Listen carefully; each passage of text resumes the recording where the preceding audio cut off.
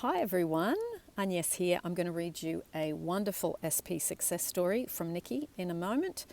But firstly, to tell you, Marvin and I, for those of you that have watched our interviews and discussions before, we have done another discussion, this time on reassurance. Those of you that look for reassurance from other people, from family, from friends, from bosses, from social media, looking to get reassurance and attention that way. If that is something that you do, then this discussion is not to be missed. I will put the link down below. This discussion is only on Marvin's channel, so you'll need to head over there, and I'll put the link down below for those of you that would like to watch it. So, SP success story from Nicki. In 2016, my boyfriend and I had been together for 4 years when he broke up with me and moved out after one of many arguments. This now meant I had to leave the home I loved so much as I could no longer afford the rent. To say I was beyond devastated by the whole situation was an understatement. My whole life felt meaningless. I cycled through each and every stage of grief for days and weeks, barely able to get out of bed, not feeding myself, not speaking with anyone for fear of judgment. I was a hot mess. I want to mention here that a very similar thing happened with my previous boyfriend, and it took me 6 months to pull myself out of the despair. I am a confident person on the outside, but my default response to anything going wrong in my life was that it was my fault and I am not good enough, etc. I've never been jealous of other women, so luckily I've never manifested a third party, but I have manifested interference from other people, especially family members. I love to learn. So I read and watched and listened to anybody that could tell me how to become a better girlfriend and how to convince him to come back. I tried to intellectualize the whole process as a coping mechanism. And the upshot of that is I now have an incredible working knowledge of the human mind and relationship psychology. So not all bad, but honestly, it didn't help me in any way to get him back. I'm a little embarrassed now as I write this because I couldn't be further from the person I was back then.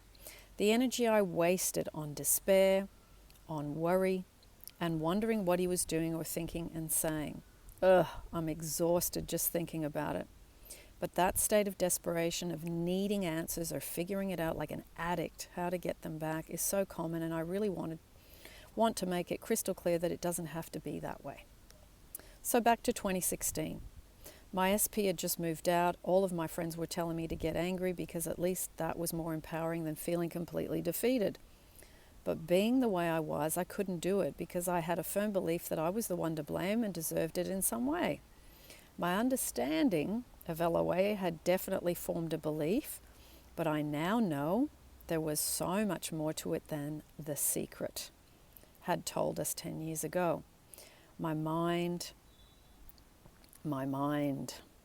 resolved to not make the same mistake again and wasted another 6 months more grieving. I looked to something else to help me to get over the relationship as fast as possible and get rid of the constant knot in my stomach. I knew I could get over him. I just wanted to feel better as soon as possible, and that's when I found Agnes's channel. Agnes introduced me to the concept that loving yourself is the most loving thing you can do for the world. If everyone is you pushed out, then your self-concept is your reality, and you will be reminded at every turn about who you are and what happens to you in your life. I began by doing self-love meditations to take my focus away from my SP. It was weird though. More often than not, I would get some sort of contact from my SP after I would do one of these meditations. It would be some thin, veiled reason to contact me, and certainly not a declaration of love, but I couldn't help but notice that this kept happening. Agnes mentioned a book by Kamal Ravikant called Love Yourself Like Your Life Depends on It, and I read it cover to cover, over and over. I will put the link to that book down below for those of you that want to have a look. I still have the script running in my head, stating, I love myself, I love myself, I love myself. And it soothes me whenever I get overwhelmed about anything that comes up in my life. Over the period of a couple of weeks, I found myself thinking of my SP less and less. Whenever I did think of him, the knot in my stomach would resurface and I'd internally state, I love myself, I love myself, I love myself, until it went away or until I could get somewhere to meditate. It was the only thing I found to successfully soothe me. Later I found a video Agnes had done with Shelley Lefko, pertaining to Shelley and her late husband Morty Lefko, life's work on limiting beliefs. I'll put some info about that down below too. Using a free tool on their website, I began to identify mine. I'm not worthy, I'm not good enough, men always leave me. I began to dig deep and identify where some of these beliefs had originated, and shocker, it was my childhood. Agnes has a wonderful Ho'oponopono meditation which I use to release these beliefs. I would often cry and let them go, and some things came up unexpectedly that I didn't even realize were holding me back, like a deep belief that men always treat me badly. In doing this work, I was giving myself permission not to identify with this crap anymore. We often don't realize that the lens through which we view our lives is embedded in our subconscious, that we keep thinking, feeling from a place of complete disempowerment. In releasing these beliefs, which does take some time, and some are ongoing to this day, it freed up space in my mind for the positive affirmations Agnes used in her self-love videos. I began to notice a change in my attitude towards myself. It was very subtle at first, with me spending more time on self-care, feeding myself properly, getting out in nature, basically behaving like I would have before the breakup, like doing all of it for myself and not to impress or affect anybody else. This was huge for me. I was always that girl that lived her life for the guy. I worshipped him, I put him first, and when he didn't do the same for me, I resented it. Sound familiar to anyone? You'll notice I haven't spent a lot of time talking about what our relationship was like before the breakup, or pretty much anything about what he was saying and doing while we were breaking up. The reason for this is because honestly, it just doesn't matter. Not even a little bit.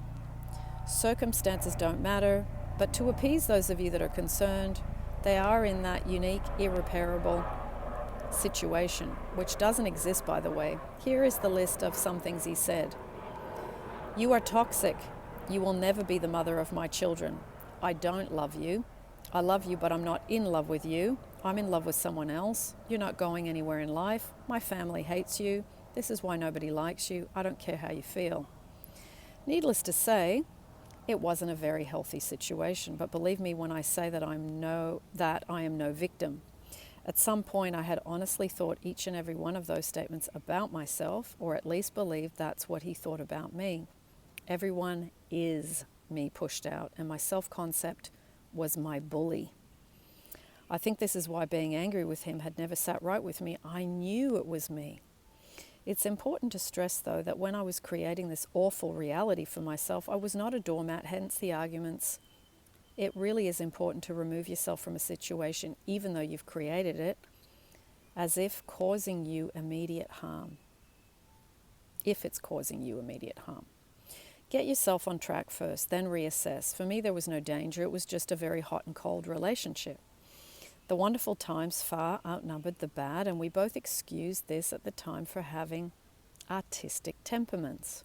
So, as I was saying, I originally landed on Agnes's channel to get over the relationship, but as I started to truly understand how I unconsciously created this situation, I wanted to try and manifest him back, and I did. In 4 weeks. How? This is in big letters, loved me. 99% of my time was now spent looking after myself, growing my skills. I left Facebook to help with my mental diet. I did read a lot of success stories and watched a ton of YouTube videos to compound my belief, but I took no action with him in the 3D world. My inner world was transforming, though. I'd lie in bed at night hearing Agnes's voice saying, I am worthy. I am first best.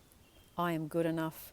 I love myself. The other 1% was me keeping an eye on the thoughts I was having about my SP. If I got that knot in my tummy, it was because I was thinking something that my body didn't like. So I'd take the thought and flip it. He doesn't love you became, he will always love you. Then another dose of, I love myself, I love myself, I love myself. and that rotten feeling dissipated. I started to view myself in the best possible light, and in doing so, I viewed everyone from that same space. I was no longer assuming the worst, quite the opposite. I loved me, so it was impossible for him not to. Within just a few days, I was getting more messages, just asking how I was. Within a few weeks, those messages became loving phone calls. Between breaking up and getting back together, I think it was around 2 months. We are still together, and we will be celebrating 9 years of our relationship in a few months. We have done so much together over the past 5 years that the breakup is fading out of the memory.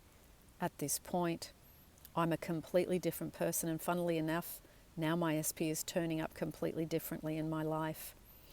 During the COVID lockdown in the UK, we were two people that actually thrived when having to spend all day together while others were breaking up. We have a business together, we write music together, and he's even interested in LOA. I couldn't have manifested a better likeness for an ideal mate. Of course, this whole manifesting business is never complete, and we both have goals in our relationship and career that we are working on at the moment. I actually say that maintaining a happy relationship, or more accurately, a happy, healthy sense of self, is far more than getting them back. I have no fear of him leaving me and identifying and squashing the triggers to keep myself from slipping back into my old patterns with men.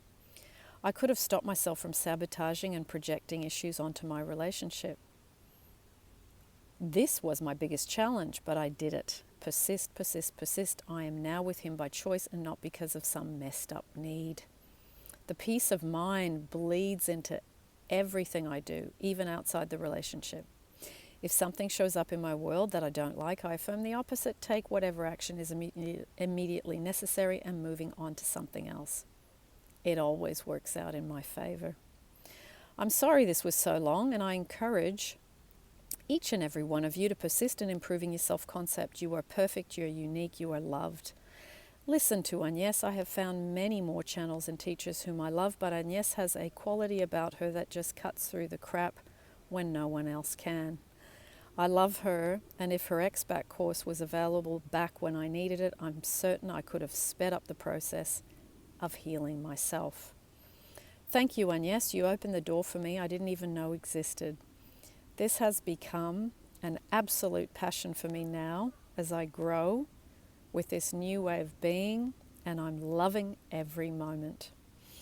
I'll be back with more success stories of manifestation I'm working on at the moment, and I'll be listening to all of the others that come in. I still love a great X-Back success story. Thank you for everything. Whew, wow, nice one, and so well written, so thorough. Thank you, Nicki, for sharing that. It is just beautiful. I never get tired of hearing a success story when someone's worked on themselves and that they really understand that that really is the way.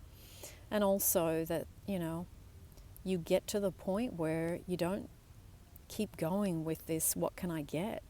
You come from a place of what can I give to this relationship, and it really shows that you did the work, and it's so wonderful, Nicki. Thank you so much for sending that in. I will put down below the relationship success stories playlist, the SP success stories playlist, the self-love success stories playlist, and also the self-love meditations playlist.